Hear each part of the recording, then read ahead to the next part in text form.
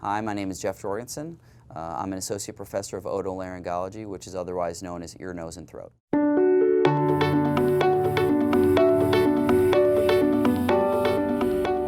I grew up in Rochester, Minnesota, and the Mayo Clinic was there, and so I had spent a lot of time shadowing physicians as kind of like a teenager and a high schooler. When I went to college, I thought about it for a long time, considered a lot of different career paths, and eventually decided and took some time away after school as well to think about it and really determine that it was the right thing for me. Amongst all the ENT subspecialties, I chose cancer patients because it just made the most sense to me, and it was a little bit of a more difficult training pathway, I think, to get there, but it was well worth it. It's what I love to do, and it makes the most sense as far as why I went to medical school, you know, what kind of physician I wanted to be. Mostly what I do and the focus of my practice is on patients with head and neck cancer. So people with skin cancers of the head and neck, mouth cancers, throat cancers, thyroid cancers, salivary gland cancers. I truly think that anybody that goes into my particular subspecialty really cares about people and honestly wants to do it for the right reasons. I care about my patients a lot.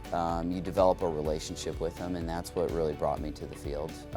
Is different from a general ENT who might do shorter procedures on patients and have a short-term relationship with them. Head and neck cancer patients and the relationships we develop with them can last over 5 years, you know, as far as them kind of guiding them through the process and seeing them in follow-up. And so I enjoy that, and I enjoy getting to know people and getting to know them and hearing about their kids and their lives. One of the first things I've learned to do is really kind of reassure people when they see me that things are going to be okay and that we're going to work through this together. Patients can and should have a right to make a decision in their treatment processes.